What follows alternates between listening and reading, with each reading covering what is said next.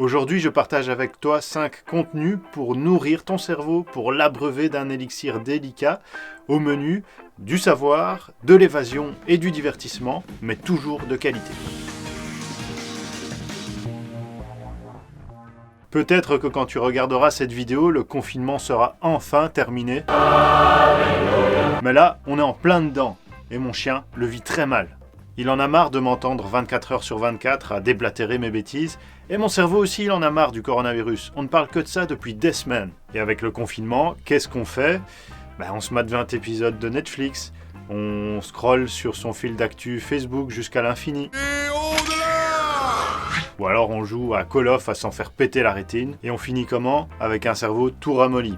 Alors moi, pour éviter le burn-out intellectuel, je me suis préparé une sorte de kit de survie pour mon esprit, et je te dévoile aujourd'hui ce qu'il contient. Il y a plein de contenus que je consulte, mais là c'est vraiment les 5 que pour l'instant je consulte un peu plus souvent, et qui franchement font du bien en cette période assez anxiogène. Remède numéro 1, et je prends un énorme risque en te dévoilant ça, parce que peut-être que tu ne reviendras plus jamais me voir ensuite. Mais soit, je prends le risque, et donc, numéro 1, Simon Pouèche. Une claque visuelle et intellectuelle, il te sort des vidéos sur YouTube super bien filmées et super bien montées. Mais il va plus loin et il fait même des reportages ou de vraies critiques de société. La publicité et les réseaux sont des génocides à confiance en soi. La beauté est formatée, tu aimeras ce qu'on te dira d'aimer. Remède numéro 2, Thinkerview. Thinkerview, c'est bon pour ton cerveau et c'est bon pour ton esprit critique. C'est une émission YouTube indépendante qui interviewe des gens super intéressants. Scientifiques, journalistes, philosophes, écrivains et parfois des politiques. Les entretiens, en général, c'est en direct sur la chaîne, ils sont plutôt longs et la plupart du temps, les témoins n'ont pas leur langue dans leur poche. C'est simple, à chaque fois que je regarde ça, mon cerveau prend une claque. Moi, je fais partie des journalistes qui pensent qu'on ne peut pas petit déjeuner, dîner avec des hommes politiques si ensuite on veut faire des investigations dignes de ce nom. Remède numéro 3, Bruno Maltor. Bon là on se détend un petit peu, ce gars il est surtout actif sur YouTube pour partager sa passion, le voyage. Et ce qui est cool déjà, c'est sa personnalité. On n'a pas affaire à un influenceur qui frime sur internet en montrant la vue de sa chambre à Dubaï, loin de là. Et puis surtout, ses vidéos sont juste magnifiques. Il partage même des conseils pour visiter certaines villes ou certains pays, c'est pile ce qu'il faut pour s'évader un peu pendant le confinement.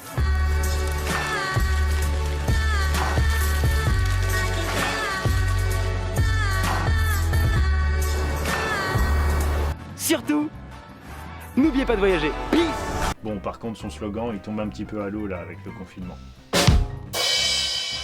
Numéro 4, Affaires sensibles. Là, on est dans un podcast issu d'une émission radio de France Inter. Ici aussi, je te mets le lien en description, mais tu peux trouver l'émission sur ton appli de podcast préféré. En 45 minutes, tu revis les grandes affaires, les aventures et les procès de ces dernières décennies. C'est super bien raconté et très bien réalisé. Les écoutes de l'Élysée, le dernier secret de François Mitterrand.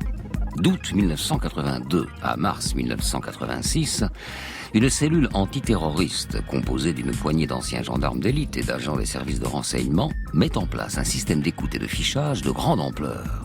D'ailleurs, j'en profite, si tu as une bonne appli pour écouter des podcasts sur iPhone, laisse-moi un petit commentaire, parce que jusqu'à il y a peu, j'étais sur Android, et pour moi, là, une des meilleures applis, c'était Podcast Addict.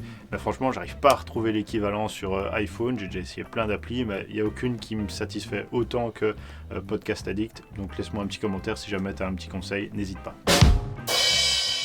Remède numéro 5, Crustel. Alors c'est bien de faire aller son cerveau et de l'abreuver de choses intelligentes et de savoir, mais il faut pouvoir se détendre aussi un petit peu. Et ça, c'est un ami qui me l'a partagé, merci Maxime. C'est 2 comédiens qui parodient des films sur le sujet du moment, c'est-à-dire le coronavirus. Et franchement, c'est une vraie pépite. Du gel hydroalcoolique. Au nom du SAMU, du SMUR et de la sécurité sociale, je te désinfecte. Y a pas moyen, Jaja. Et en bonus, je voulais juste te dire que tout ce dont on vient de parler, je l'ai déjà partagé avec ma communauté il y a plusieurs jours, d'une façon super simple, c'est par email. C'est un peu comme de la livraison à domicile. Chaque semaine, je prépare des emails avec des informations utiles, des bons plans ou des compléments aux enquêtes que je prépare sur YouTube, et je les envoie aux abonnés à mes emails privés.